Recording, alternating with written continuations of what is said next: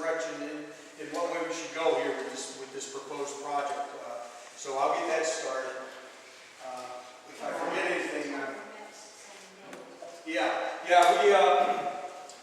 we formed a group called Greenwich Neighbors United. It's on the web page. If you haven't visited it, visit it. There's a bunch of hot buttons, hot links. I don't know what people call them, but you can just go to the left side of that web page and say click on Gail Manning, or Senator Gail Manning, which is our senator for our district, and it immediately gets you to that web page, her web page, where you can email her. We met with her today in a group, and we had some positive comments from her. She is going to try to facilitate at least a letter to the Ohio Power Siting Board trying to get us another local hearing, because that thing is way beyond us. I don't know if you were like me.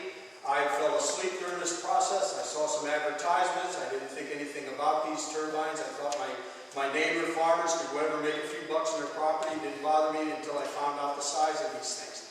And then it became quite frightening how massive these are. And it seems like there's a great quote, and it's not for me, and I'll probably mess the paraphrase up.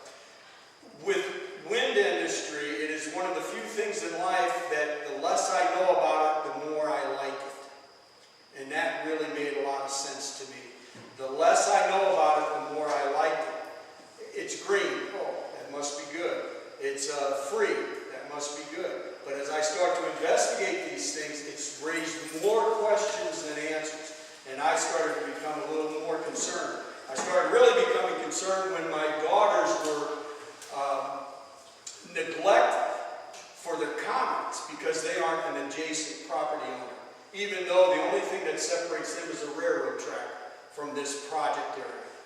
And yeah, half a mile they will be from these turbines. And as we'll find out in this demonstration, a half a mile is not far enough. And in Europe, and what I don't understand about our country and our government is that even in various states in the United States and in Europe and in Canada and Australia, they are increasing the setback distances. Why? Why are they doing that? Why are we not learning from their mistakes? If they are making them, let's ask questions. Why do we want to just go through with this project? So anyway, any more? And I'll get off the floor here, but I will introduce Mr. Phil Hartke from Illinois, who's graciously traveled 477 miles to come here, not for himself. He has come here for us. And I really thank God for that. And here he is, Mr. Phil Hartke. Thank you. My name is Phil Hartke. I come from Petolis, Illinois, near Effingham. It's about halfway between Terre Haute and St. Louis. I became involved in the knowledge of wind turbines because of my son, not because of Effingham County. We don't have any in Effingham County, but there are wind turbines in Vermilion County where my son lives. He got his engineering degree from Southern Illinois University. His wife got a master's degree from Southern Illinois University in nutrition. They moved to Champaign, Illinois, which is adjoining county to Vermilion. At that time, he took a job with both engineering out of Champaign. Both engineering got a contract from Invenergy to locate, to survey these wind turbines in Vermilion County. My son at that time lived in Champaign, but he was buying a house out of Vermilion County. He found out that where he bought that house 5 years, 6 years before the wind turbines came there was where some of these wind turbines would be. But he was not presupposed to oppose the wind turbines. He thought if a farmer, he knew his dad was a farmer, could get some money from the wind turbines, so be it. He didn't care. He thought it would be acceptable. He took his family to Bloomington, Illinois. In Bloomington, Illinois, those wind turbines are 0.6 megawatts. These are 1.6, almost 3 times the size. So he got his family out of the car. He listened, the wish of the blades going by. He thought this is going to be okay. My family can live with this. The farmers need it. The township's going to get the road fixed. Everything's going to be okay. We can live with it. But in January of 2013, when they started these wind turbines up, he knew very quickly that it was the biggest mistake of his life to buy a house that would future home for these wind turbines. Now, he bought his house 5 or 6 years before anything in the newspaper. He built it. He bought this house, built the breezeway and the double car garage 2 years before the wind turbine news ever got there. So he was committed to stay there. He's a farm boy. He bought 10 acres out in the country. He's got a little boy in the 4th grade that runs a 4-wheeler around his 10 acres. He's got a little girl that goes playing on the swing set in his backyard. He loves this farm. He loves this place. He's out in the country. He's got his own engineering company now. He has 7 engineers working for him. Very successful engineering company out of Ogden, Illinois, which is just a neighboring town. But back to January, they started these things up and they couldn't get any sleep. And during the process of siting these wind turbines, he got to know the project manager for Invenergy. And so one day along the road, shortly after it started up, he saw the guy that he had worked with 2 or 3 years before to site these things. And he said, how can I get these things shut off? Well, that gentleman gave him the email address of the control tower in Elgin, Illinois, which is near Chicago. He said, why don't you email them and see if they won't shut down number 56 or 78 or whatever is close to your house. And my son did. He emailed him, he said, we can't stand it in the house tonight. Can you shut off number whatever close to his house? And there are 4 of them very close to his house. My definition of very close is within less than a mile and a quarter, and I'll explain later why I say a mile and a quarter. His closest windmill is 1,600 foot. I think the second one is like 1,800 foot, and then maybe 19 and 2,200 foot, all of which is less than a half a mile from his house. So they did. They shut their wind turbines down 51 times between January and Mother's Day. Mother's Day Eve, it was so noisy in his house, he called the Champaign and Vermilion County Sheriff's Department, Vermilion County, and they sent 2 deputies out because he was bound determined he was going to file a noise complaint against the wind company. The deputies showed up at 2 o'clock in the morning and they said, I can't see how you can even stay in this house. You got to get a hotel tonight. It was over 58 decibels in that house, and I'll have a demonstration later to show you how loud 58 decibels is in a house. But on Tuesday or Wednesday the following week, the county sheriff called him and said, Ted, we will not help you with your wind complaint. The county board has told us that the county sheriff will not respond to any wind complaints. We won't help you file a complaint. If you want to complain, you got to complain directly to the Illinois EPA. So we looked into that. What that requires is you got to hire a sound auditician that is a professional. He has to record that sound. You have to get an appointment with EPA. You have to be represented by a legal lawyer that has had action in court. And no one's got the money, the time, or to take care of this. So the EPA, they just stand there. They don't want you to do that. So that's how they keep you from doing it. So then he started to talk to the neighbors. And some of the neighbors, when they found out that Ted Hartke was able to get these wheels shut down, they would call Ted at 2 o'clock in the morning. And they'd say, Ted, can you get number 78 shut down? Can you get number 103 shut down? Can you get this one shut down? And he did. 51 times he emailed the control tower in Elgin, Illinois, and he got specific windmills to shut down so people could get sleep. And they would email Ted back and they would say, we'll shut it off, we'll start them back up at 6 in the morning. Now, if this wind company thought that they were silent and they weren't bothering people, why would they shut them down 51 times? This is pretty damning evidence against the wind turbine industry. They already have that evidence in the farmer emails that they cooperated to shut these down. So then people would make fun of him. They said, this is not, it can't be that noisy. So he has documented how noisy it is and how bad it is, and his family has gone through sleep deprivation because of the wind turbine noise. Now, he has a 4th grader and he has a kindergarten daughter. My granddaughter, my grandson. They would go to school tired. He said, Dad, I can't remember the number of times that I pushed my kids on the bus. They're too tired, they haven't had any sleep, and I know that they're not performing well in school, and their grades went down. Well, the 4th grader was a straight A student, pretty smart kid. He's grandpa's boy, right? He had to be smart. But anyway, he was struggling in school, and he hated to go to school. And when you kids don't go to school, they don't want to go to school. The 2nd grader didn't want to go to school. I mean, it turned the thing against him, and that never happened to him before. So he went to the school district and said, are you having trouble with other kids? And the teacher said to him, yes. We see our kids coming to school more tired. We see more absenteeism in any 6-month period since he's went to than any other on record in the school district.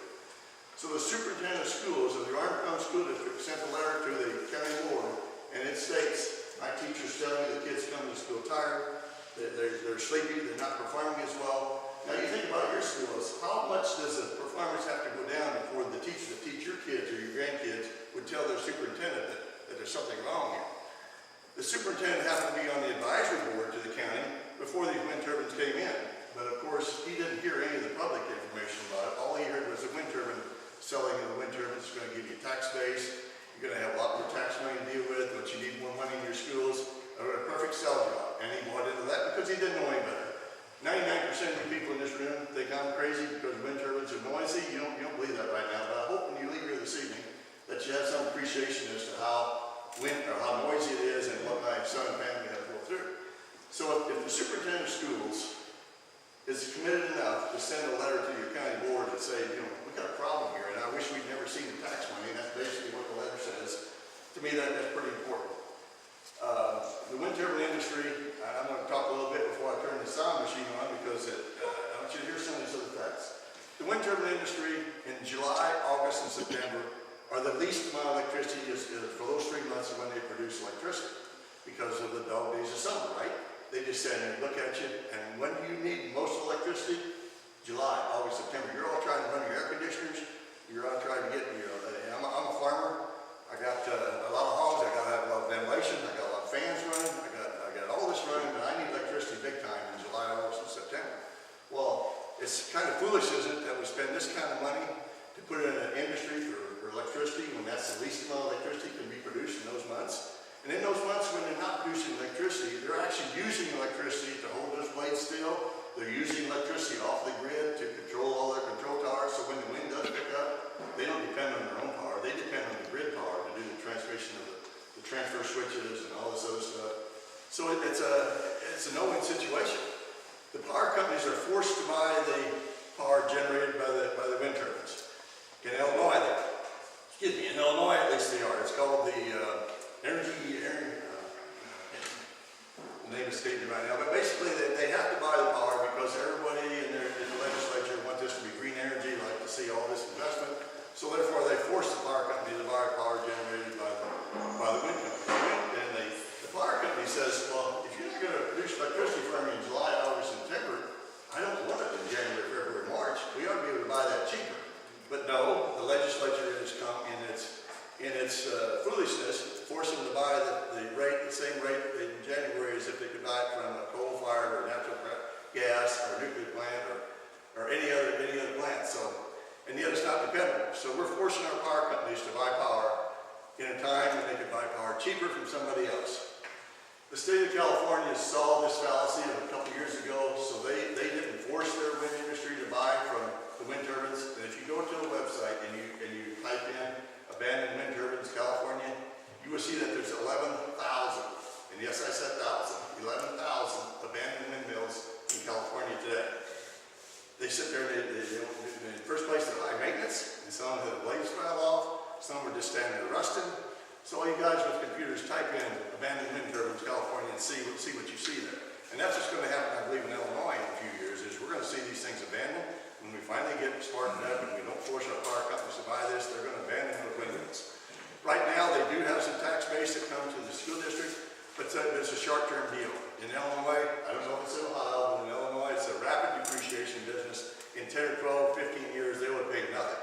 I just built a new hog barn this year, and I guarantee you that hog barn is going to be on the tax rolls 10, 12, 15, 20 years from now. I'll still be paying taxes on that hog barn, but the wind industry will be out free, and they'll be not doing it. And I think they do that because I think they know that in 10 or 15 years, this country is going to wise up and just throw these all aside and not have to worry about wind energy. We'll figure out some other way to produce electricity cheaper and better. They're not efficient. They're inefficient. They're costly to maintain and everything else. So now you have an industry that wants to come in there. Well, why did they build them, you say? Why if they're inefficient? They build them because of the subsidies, because of the stimulus package, because of tax credits. They could spend this money for here, and they get about 75% of the construction cost of building, and then they write it off. And then the company that they're forced to buy electricity. I would like to raise hogs and force Excel or Cargill or somebody to buy my hogs. They couldn't buy it from anybody else. That'd be great. And that's what the wind companies got going. They're forced to buy the electricity produced by these companies at a high rate. It's higher than what it should be because they don't produce electricity when you really need it. So then what happens is there's a lot of money in this world, in this big world, and if a company builds these wind turbines and 2 years down the road they're getting 15, 20, 30% return on their money depending on how efficient they are and how much money they got from subsidies, and now all of a sudden they'd like to sell it. Well, there's a lot of money in this world that would take a lot less than 17, 18, 20% return on money. They might be satisfied with 15% because they can borrow money from the Federal reserve for 2%, and they can invest in other things, so they got extra money. So then what happens is the first company that owned it sells it to the second company. The second company runs it a couple of years, and they sell it to a third company. The third company is nearly responsible for what happened to the first company. The first company made promises. We're going to have money set aside to take this thing down. We're going to have money set aside to fix your township roads. We're going to have money set aside for this or that. The second company says, I don't know, we didn't make that promise. By the time the third company owns it, the promises are no good. The money's gone, it's been moved out of the different bank accounts, and it's gone. I'm going to talk a bit about decommissioning. If there's 11,000 abandoned windmills in California, within 5 or 10 years, we're going to have abandoned windmills in Illinois. And the townships and the counties are going to continue to tax this or try to. So what happens if you don't pay taxes on your house? There's a tax sale, right? They sell that house to somebody that will pay the taxes. And the first thing that's paid is the taxes. And then that new owner owns it. Well, no one's going to go and buy a windmill that has no value. So the townships and the county is going to end up owning these windmills. And they're going to be forced to take them down because you can't have windmill blades flying off of these things down in the farm ground and everything else. I'm going to talk about a lot of these issues here, and I just go right along. Once I get started, Marcia's front line, I just can't shut up. This is the area where you have ice storms, right? When we have ice storms, so you have ice get on these blades. The company says they won't run those blades until all the ice is melted off the blades. Well, I'm telling you, that control tower is in Elgin, Illinois. How do they know that the one down there behind the shade, how do they know that that's all the ice is off of that? And ice will fly off these blades. They're traveling about 175 miles an hour. The tip of that blade is when they go around. They don't look like they're going that fast, but it's 378 foot in diameter, and then you watch that blade, it's flying around there pretty fast. So an ice chunk gets on that blade and pitches out. There are documentation of ice throw half a mile from these wind turbines. So if you got a bus going by the road half a mile away, and that thing is a half mile of ice, I don't want to see a 20-ton ice chunk the bus of the school that's got my grandkids on, and I'm sure you don't need it. So that's a problem. How many ice drivers are there in Ohio? I don't know. But it's just one of those things that it's probably going to happen, and when it does, it will. In Ted's territory, there were 117 windmills, I think, and 2 of them have had blade failures, which means they got one, the brake wasn't holding it, and they got storms, the blade hits the tower, the blade falls off, places the little blade fall way out into the fields. I don't want to be driving my tractor or combine or be having somebody out there in Chili's when those blades is coming off that thing. And it happens. But they deny that it's a problem that they're all taken care of. It's going to be a mechanical problem. I don't think it's all they're taken care of. Or they wouldn't have 2% of the blades in this area. 2 out of 117, there's about 2% have failed. So it's another problem. And it was at 10 o'clock at night when that one failed. And they got bulldozers out there to pull parts of those blades right down underneath the wind turbine. So the next morning when the sun came up, there was no piece of those blades anywhere except right by the turbines. And of course the guy in the newspaper says our turbines are designed when they fall right in front of the thing. Well, yeah, okay.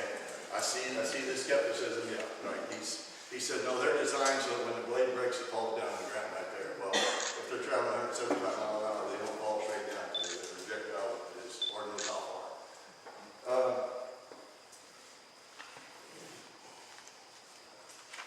In my son's house, the first thing he did was he went to the wind company and said, I can't sleep in this house.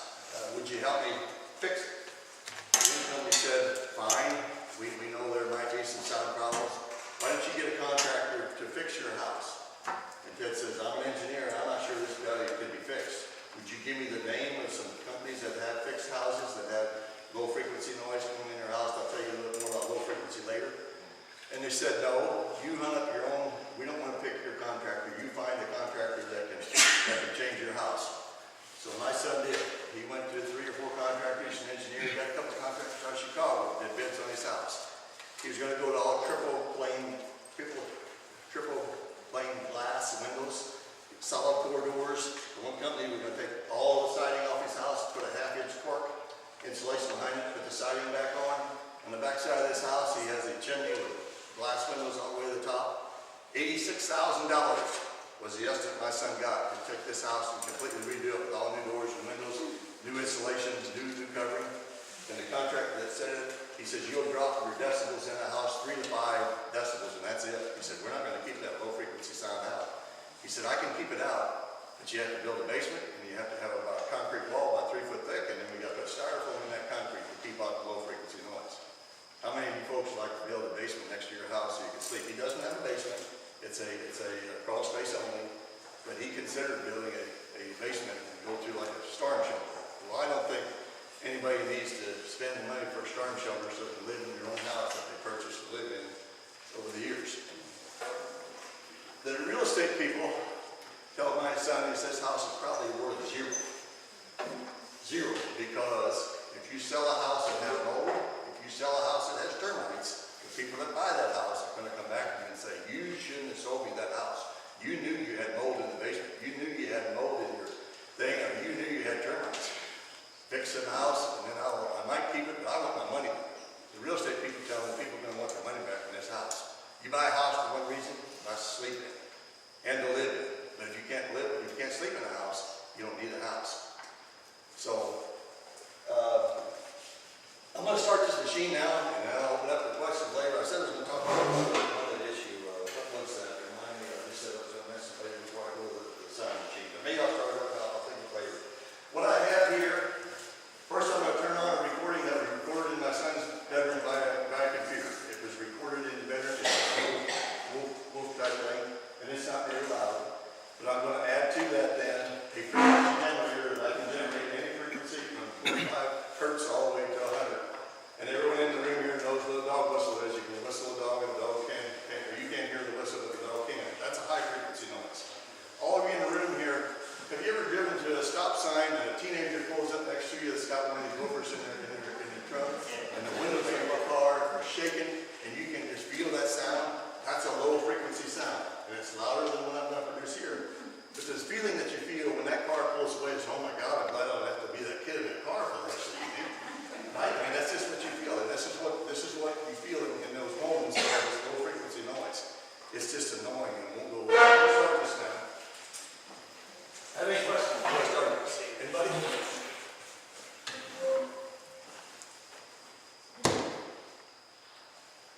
It takes a little bit to warm up.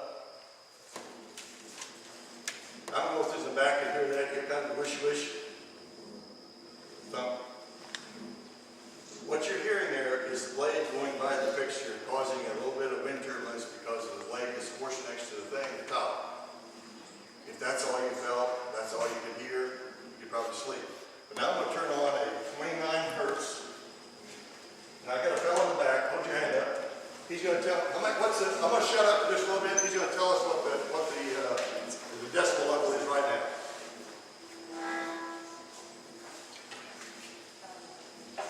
50.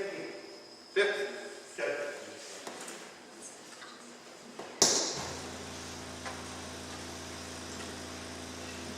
If it's less than 55, tell me to go a little higher. Where are you at? 68, 70. No. Wait till everybody, you got to be quiet for at least 5 seconds to let things calm down. About 50. 50. 78. Everybody be quiet. I'm going to turn this thing up. You let me know when I get to 55.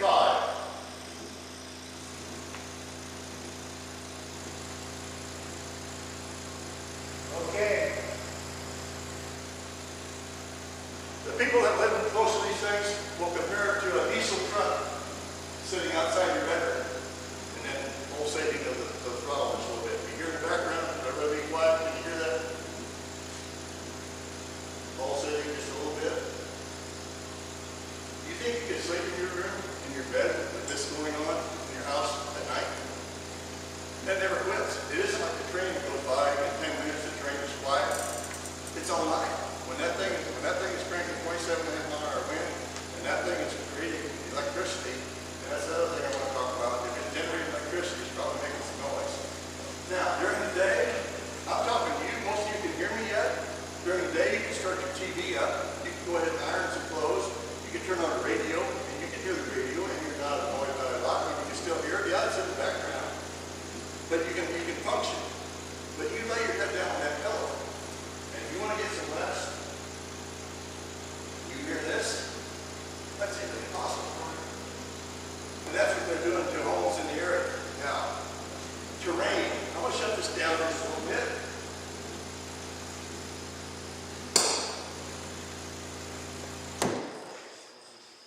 a lot to do with it. When it's July, August, and the corn's 10 feet tall, and the fence rows are all full, and the beams are 4 foot tall, it isn't as bad. I'll give them that. But when is the beans and the corn tall? July, August, September? Hell, they're not producing electricity anyway, so what difference does it make? But that's when the wind turbine company, do their sound studies in the summertime, and there's the least amount of noise because of all the absorption of the leaves, the trees, and everything else. But you take the corn off the field in October, you take them in November, and then you get to December, and I'm sure that Ohio's got frozen ground in December. And then you run these same turbines with the ground froze, and my God, that sound bounces off all the frozen ground. The one that's half a mile away joins with the next one. Did you ever throw a pebble in the corn, in a pond, and you get a little bit of wave? If you can throw it just right, that second pebble makes a little bit bigger wave. If you can throw it just right, the third one makes a bigger wave.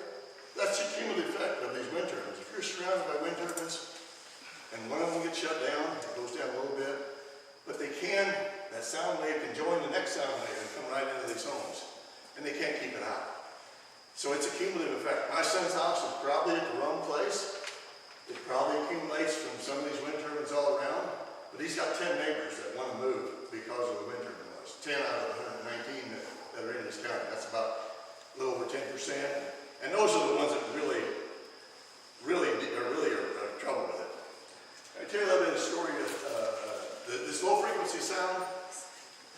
At 25 hertz, a baby can hear 25 hertz when it's born up to about age 2 or 3. They can hear better than you or I. I've drove too many tractors in my lifetime, and my threshold is about 31 to 32, that I don't hear anything now going at 28, but the babies do. So there's a neighbor of Ted's, had a baby born in March. They brought the baby home from the hospital. The baby wouldn't sleep. The baby vomited up. They couldn't keep food. She was trying to nurse with the baby. The baby's losing weight. This couple was really worried about this baby. They take it to Carl Hospital. Carl Hospital says, well, change pharmacies, quit nursing, try Similac, try Infamil. They were on their third try of it. I think they even went to soy milk. The baby wasn't gaining any weight. They were concerned about this baby dying. Her mother lived in town close to Carl Hospital, so they took this baby to Carl Hospital. She lived with her mother for a month, and that baby turned around like that. The baby couldn't keep the food down. The baby gained weight. She stayed in town with her new baby for a month, and then went back out to the farm. The same thing started over again. Now, how do you prove to the wind company that your baby is not going to stay alive if you don't move out of the country? That couple was moved. It was a rental, and they got the heck out of that country, and I don't blame them. Wouldn't you? Another kid that was in the neighborhood, a 4 or 5 year old, he stayed with grandma and grandpa on Thursday and Friday because of the scheduling of where they work, their night shoot and everything else. So he stayed there Thursday. They were bringing him up Thursday morning. He would stay Thursday night, Friday night, Saturday they get their son back. Well, they got to where this kid wasn't sleeping at home. 4 or 5 hours a night is all this kid was sleeping. He'd get up and play. It was a winter, keeping him awake, waking him up in the middle of the night. And they weren't getting any sleep. So they started to take their son to their grandma's house on Wednesday evening. That little boy would go to bed 6, 7 o'clock in the evening, and he'd sleep for 13 or 14 hours straight. And then the next day he'd get up and play, and then when he brought him home, he wouldn't sleep again. It's because in winter it was keeping him awake at night. How do you prove that that kid just don't go to grandma's house and like the bed better? I mean, these wind companies, they won't allow that to come into court unless you got proof that that baby is wind turbine that's causing that, and it's hard to do. So this is what the people are up against. Most of the wind turbine people, if you settle with the wind turbine people, you sign an affidavit that you will not divulge any settlement. If Ted has his house and he settles for $20,000 or $30,000, he'll have to sign an agreement that he will not divulge what that settlement was. My son refuses to do that. He wants to get out and talk to the public. He has visited about, I don't know how many counties in Illinois, he talked to me about wind turbines. And I'm here in Ohio because I want this public to know that there's a problem with the wind turbine industry. They pay people off to be quiet. First thing they'll do, they'll come into a county that's economically suppressed. And I don't know if this county is, but the first thing they'll do is they'll offer the county board some good money for permits. They'll offer the road commissioners some good road fixing. They'll get the township road commissioner on board, and they'll promise to put all new culverts in. All these farmers that have, huge machinery now, these culverts are small culverts. They all want new culverts. No township that I'm aware of has somebody to put in all these culverts for this big machinery. But the wind company will come in, they know that. So they promise these township big culverts. They promised the township 80,000-pound roads. And they will do it. The wind companies, because they have to, they cannot decimate these roads, and they will build good roads up in the township. But as far as sales, it's for their 80,000-pound trucks. The crane it takes to put up one of these windmills, it takes 11 semis to haul in the equipment, and then they put that crane together on the spot. I don't know what that crane weighs. I should probably look into that and be able to talk about it here, but it is enormous. The tracks on that are 5 foot wide, and they're probably 30 feet long, and the crane it takes to put these things up with. When they cross from one farm field to the next farm field to put up the next windmill, they don't go back out on their access road and then down to the next road and then back in. They march it right across the farm ground. All of the transmission lines that take the electricity from the windmill to the substation is all buried at least 50 inches deep. 50 inches deep cuts a lot of drain tiles. I don't know how much drain tile you got in this county or anyplace else, but when they cut those tiles, it's going to take those farmers 2 or 3 years and probably a couple of wet years before they figure out that a lot of that tile is going to cut. I can't imagine this compaction if you've got any no-till farmers that don't even like to go out to the fields with a combine after the low rain, what these huge machines are doing to those fields in the farm of compaction on some of these fields. It's another big problem. She mentioned flicker. She mentioned flicker, the aesthetics. My son has 2 windmills, not on his property, joint property. In the evening when sun's setting about like this, you feel like you've been run over by a buzzard, and you just duck your head because the shower comes rushing across their yard. In the morning, it's the same way. That shower comes rushing across the thing. It's like an airplane that went over, and just every 12 times a minute, I believe, whatever the blades are going, and the wind turbine people will say, you just have to put up with that. There's nothing to do for flicker. They can't put up enough shades to stop the flicker. But if you go on the internet, I encourage all of you to go on the internet. Click in shadow flicker from wind turbines, and you will see in the house some of these houses, like that sun shining through the window here now. If there'd be a wind turbine out there, it'd be a flash. It'd be like a flash bulb going off in the house. And you look at some of that video of some of these folks, what they're putting up with in their house because of flicker. It's annoying, and and why should they have to put up with that in their home that they've paid for and built over years and years and years? So there's shadow, there's flicker. Another thing, I'm a farmer, and I hire planes every year to spray on fungicide on my wheat field. And I hire the fungicide sprayed on my cornfield now. The technology is getting more. If you don't, you can increase your yield. It does technology pay to spray fungicide. These crop dusters won't come within miles of these wind turbine farms because it creates enough turbulence that it's dangerous for them. They could go in there with an airplane and they lose their lift and they could crash those airplanes. So they won't go within the airfield. And even if they did, there's enough wind turbulence to cause that mist that they're throwing out the back of that plane to not get where it should be. So if I spray a 40-acre field with fungicide, and I think I'm going to cut down on the alpha toxin, there's probably going to be some areas of that field that's not going to get the fungicide, and they mix that weed in with the next weed that probably won't pass inspection. We have a large wheat flour manufacturer called Seymour Milling Company in our town. It used to be you could sell wheat to them with 10 parts per billion alpha toxin. Now it's down to 3 parts per million, or they won't accept the wheat. It don't take very much of a mold and very much of the disease problems to cost 3 to get you 3 parts per million. And if you can't sell that wheat to a flour mill, then it has to go into the feed industry for cattle or for hogs, which is about half price. It gets down to less than the price of corn because cattle and hog cannot utilize the wheat as good as they can, the corn and the wheat doesn't digest as well, so it takes more feed per pound to get it done. So I'm open up to questions right now, and then I'll talk some more. I'm sure somebody's got some questions. Anybody? Yes, sir. Yes. You didn't quite mention it directly, but this biggest problem here with this whole wind theory is the stress that it puts on people, and it's obviously going to put it on animals, and put it on farm animals, and school children, whoever's around there. The stress, don't they address this? Isn't there some way that, I would think that's one of the most important things our government would listen to, is the ill effects that the stress will have on its people. They do not address it in any way, shape, or form. We're under the same noise limit from the EPA as we were in 1973. How many wind turbines were in this country in 1973? None. The wind turbine industry have just been able to ignore that entire issue. This is a good place for it. The World Health Organization has had wind turbines in this world, in Denmark and Australia and in Europe for a long, long time. The World Health Organization now says that no wind turbine should be built within 1 1/4 mile of a residence where you're trying to sleep. 1 1/4 mile, folks, that's 6,300 foot. In this county, the setback is, I think, 1,300 or 1,200 foot? 1,300 foot. My son moved from this house to Colson, Illinois. He is 6,300 foot from the closest wind turbine to that little town of Colson. The little town of Colson, when he walks out of his house, his back is to the windmills.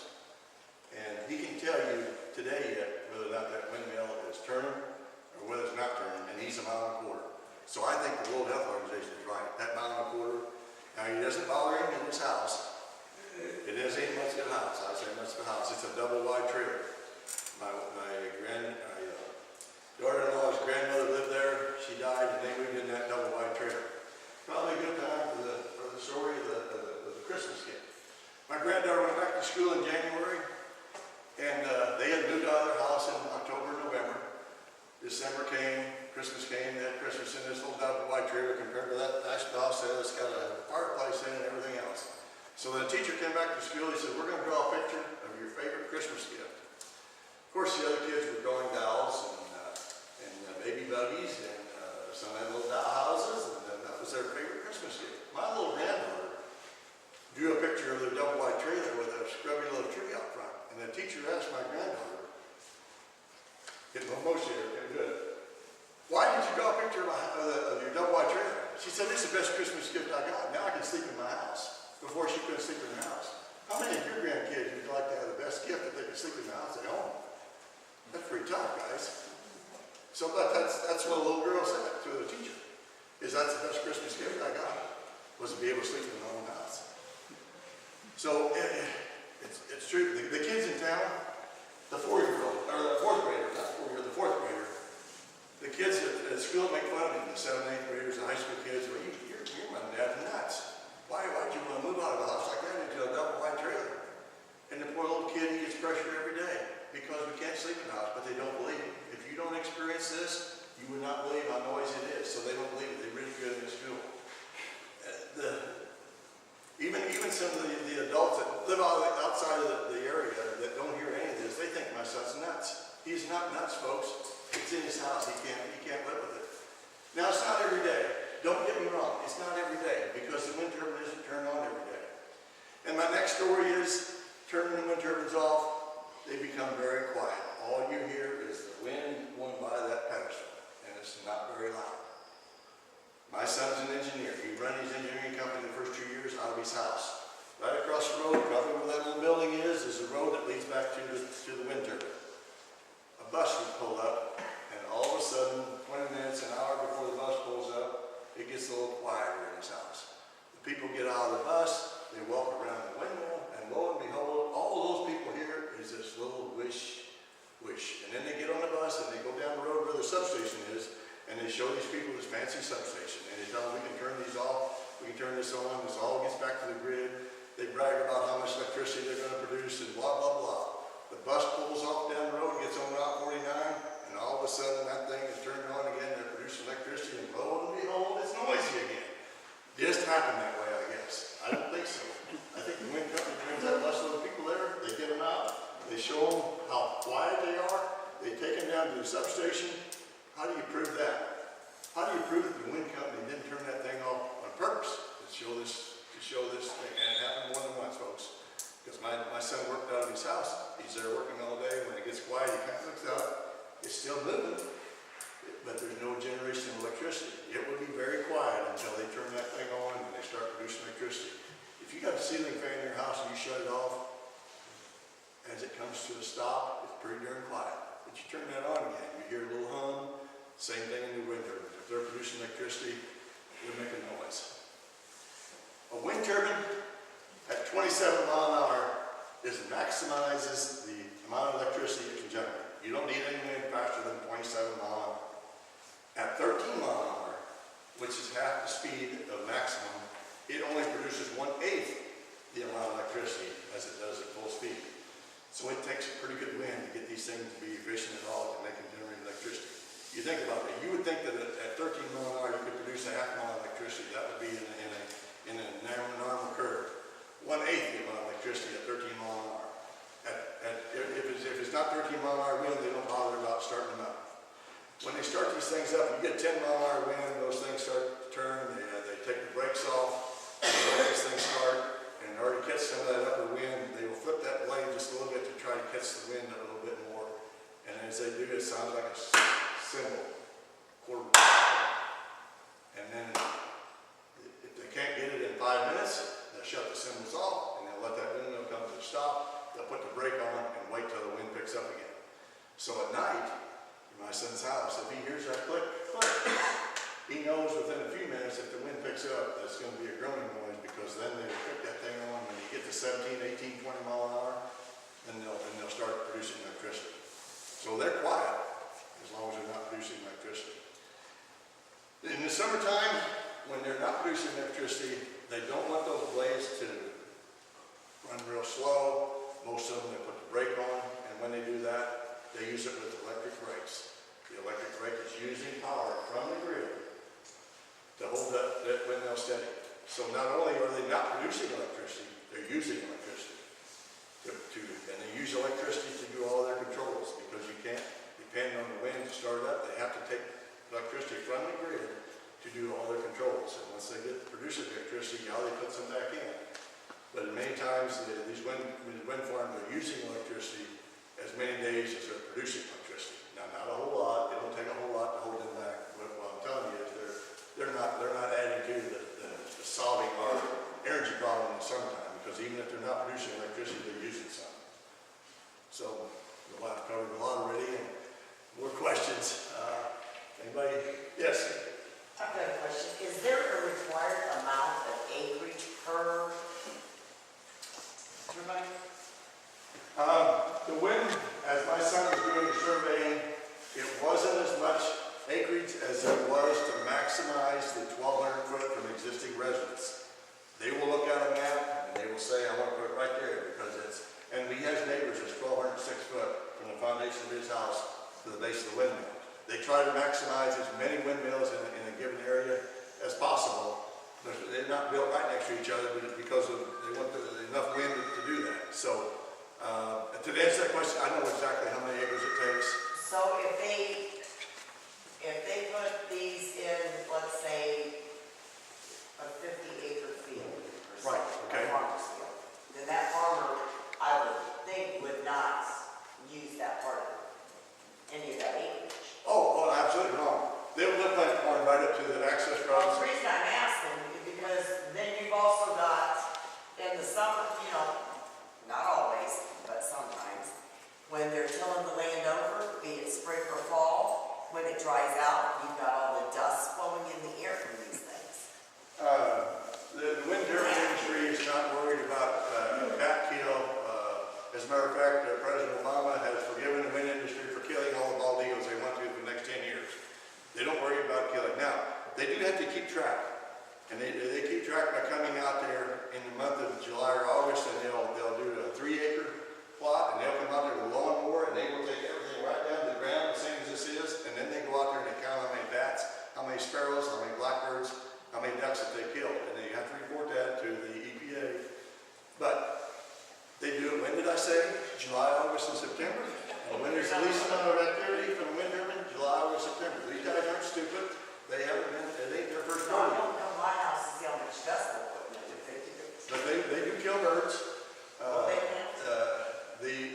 I am told, and I can't prove that either, that bats do travel by sonic, or the radar kind of like sonic, or sonar system, whatever they use a sonar system to fly, and these wind turbines messes up their flight path. It messes up their ability to detect this thing from by, and they kill a lot of bats. So bats eat a lot of mosquitoes. So they could put as many as they could fit on per acre, Yeah. as long as they're waiting. The 1,200 or more. The farmers that farm the ground have basically, I'm talking about the landlord might have some say as to where these access roads are placed, but the poor rancher's renting, if he's got a 24 roof liner,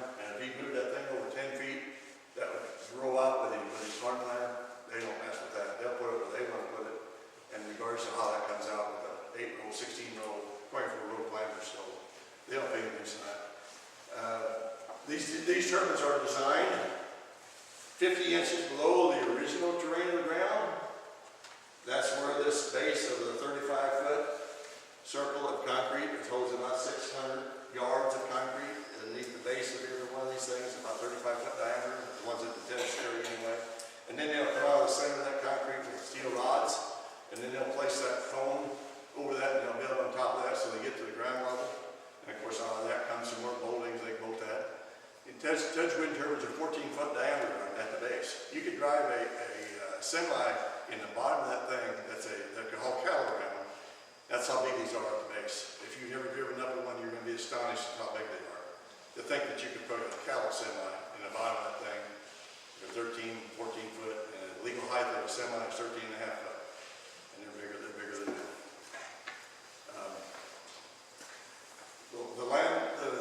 The landowners, I don't know how many landowners is here. If you run your ground in Champaign County, there were some landowners real smart. They put those wind turbines in the areas where they didn't have their house, but they put them next to other people's houses. You don't have to rent all your ground. So the land area surrounding their homes, the half a mile, they did not lease to the company.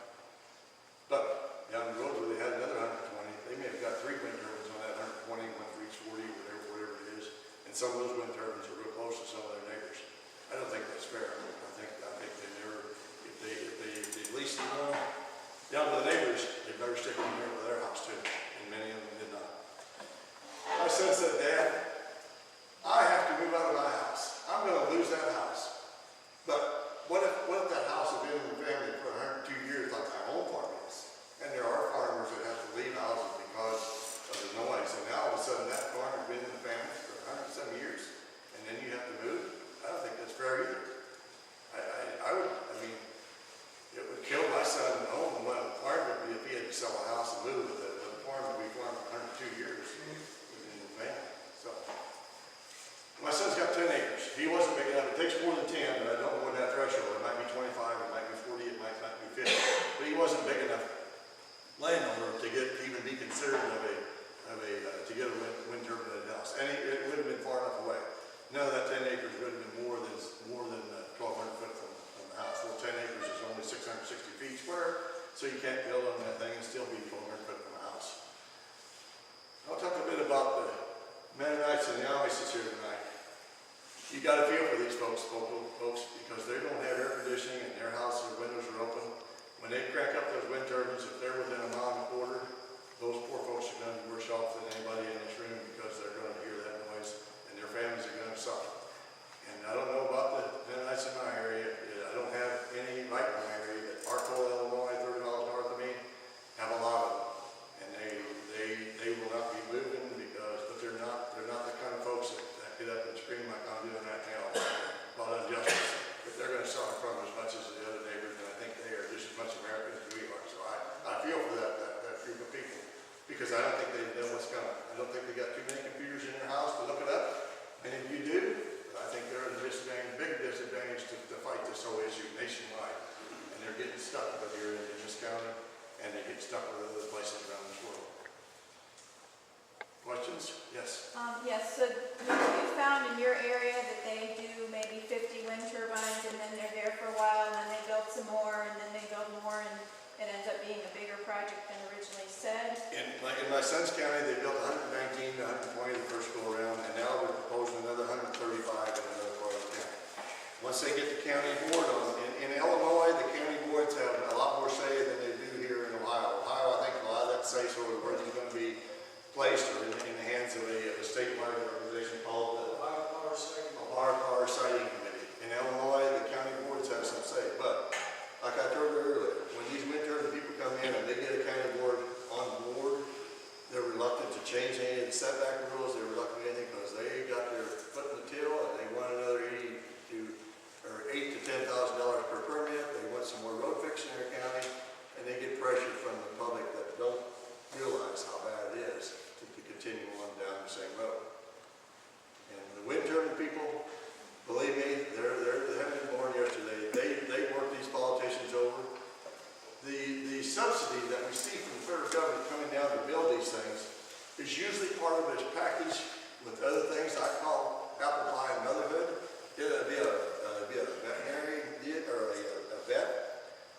hospitals that need to have construction, it'll be with highway construction in a district that needs some new highways, it'll be with 55 other things that the congressman can't vote against, and then they'll slip in some subsidies for the wind turbine industry. Well, what congressman's got enough guts to stand up and say, I voted against that whole thing? The population just kills him, because he voted against VA, he voted against road construction, he voted against all these other things, the hospital repair, he voted against schools. They throw all this stuff together in one bill, and congressmen have a hard time sorting that all out and doing it. So that's how they've been able to keep this subsidy rolling, and it happens every year, it happens every Congress. If your congressman voted for the wind industry, ask him why, and ask him, he'll probably tell you, it was because it was with a VA hospital, it was with construction, it was something else. It happens all over. Yes? The majority of this money, like you say, to build these things, isn't that taxpayer money? Absolutely, yeah, it's money divvied out by DC or by your state or by It's somebody. not their money, it's not really money they're earning with the wind, with the electricity that's being If generated. it isn't a direct grant, it's a tax break. So if the company that owns that gets a tax break of something else that he's doing, maybe he's invested in Lord knows what, so he can take that tax break, apply it to, they get the tax subsidy, and they can apply that in their company to do something else. So it makes them real hungry to put up more windmills if they can get the tax subsidy and the tax credit for other things. Yes, Matt? Do you know how many at this point that they are proposing to put in or put up in this area? 25. It's 25 in this area. 2.4 megawatt. They're much bigger. Yours are 1.6. 1.6. So these are sizably bigger than the ones that his son experienced in Illinois. Well, tell them about the other ones in the other, in the There's adjoining more proposed counties. in the county than besides this one. Oh, yeah. This hasn't been really, it hasn't been applied before the Ohio Power Siting Board. There's a corporation called Apex Wind. You can go on the web, if you've got the web, type in APEX Wind, and it'll bring you up and investigate them. You can go to the state of Ohio, and they've got some projects in, the Emerson Creek 1 and 2 in western Huron County and Seneca County. It's 500 megawatt, which is 8.5 times bigger than this thing. You'll have over 200, 220 turbines to the west. Northern part of Huron County, it's called Firelands Wind. It's a 99 megawatt wind farm, and that's going to border in Huron County and Erie County. That's on the Apex website. They've already talked to our county commissioners. They want a meeting with them, but they're not before the Ohio Power Siting Board. So at the minimum, what we got to do as people is warn those people so that they're not overrun like we were taken. We were sleeping. I was sleeping.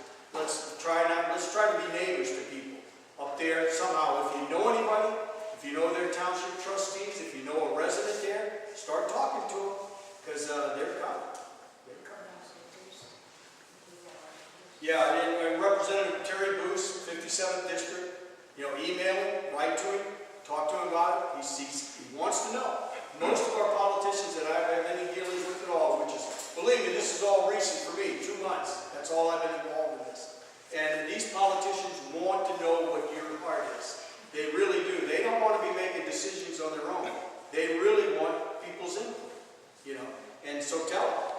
Senator Gail Manning, she's open. Talk to them. Email her. This production tax credit, which this gives the basis for these people to develop. According to the staff report that's before the Ohio Power Siting Board, this wind farm project is supposed to produce, numbers right, 210,000 megawatts. That's at $23 a megawatt credit from the federal government. That's $4,830,000 tax credit every year Wind Lab or whoever owns this thing will get from the federal government. That will install one complete turbine every year. I understand. With your tax money. Wouldn't we rather have a school in a county or some road streets with that $4 million rather than give it to some Apex wind company? Or this is Wind Lab, and they're basically stationed out of Australia. Yeah. And I understand that, but we're also talking, when we get into the government stuff, we're talking politics. And you know that old saying, politics and and the other walks. What we have to do and what you can do is write your U.S. senators, which for us is Sherrod Brown and Rob Portman. That's for Ohio. And you have Bob Gibbs, which is our House of Representatives. Write these people to not support the production tax credit, because it's coming. Right now it's a dead issue. It died January 1st to December 31st of 13 or January 1st of 14. It doesn't matter, it's dead. But Grassley from Iowa, Senator Grassley, is already trying to breathe life back into this monster. And you're going to have a lame duck Congress after this election. And these people will probably reinstate that production tax credit. And that gives a green light for these people to come in and build this thing. So write your congressmen, write your senators. I'm not kidding you. It's the only thing we can honestly do that's going to have any really impact. Because the Ohio Power Siting Board, I hate to tell you, is probably going to rubber stamp this. They're already going to say, hey, it looks like a good deal, everything's, all your lawyer stuff, all your I's are dotted, your T's are crossed, you know, you got your commas in the right place. It's a good deal. And it's not. It's not. My son has not filed a lawsuit yet against the company to try to get some value out of his house. And he told me, Dad, if I didn't start my own engineering company, I wouldn't be able to afford to go run around and try to help people. And I see the dedication that my son has had to do this. Now, in November, they are going to try to file a lawsuit. And the minute they do, they'll have a gag order issued by the courts, because they won't be able to speak out against the issue. They'll have to, everything they sell won't be able to divulge to the public. And that's what happened time after time. As Ted has been trying to go around the country and experiment, he finds out that people won't talk to him. When the health people go out and they want to do a survey, they're afraid to talk. I talked to an individual today that could not divulge what he was paid per acre for his lease, because there is they call it the good neighbor clause. I call it a gag order. He's not allowed to talk about what he's paid per acre. He's not allowed to talk about this. What company would bring a new automobile dealership in your county and you're not allowed to talk about whether the transmission works good, whether the radio works good, or how good the car is? That's what the wind turbine industry is. They come into here and they sell you something and they give you money, but you're not allowed to tell anybody how much it is. You can't criticize them, and if they do, you jeopardize that money that they paid on the table. I think that's immoral. Yes. So they haven't approved these at this point, is that what? Who has to prove? What's the question?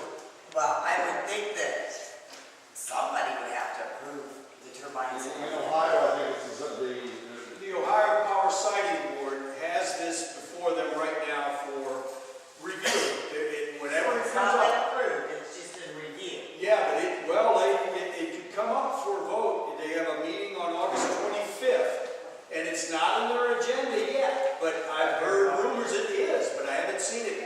And if it's going to be voted on August 25th, you know, what are you going to do? What can anybody do? I mean, it's here. It's already here. If it's postponed a month, see, there's things going on, because Senate Bill 310 was passed and signed by Governor Taft here sometime in June. It doesn't take effect till 90 days after being signed.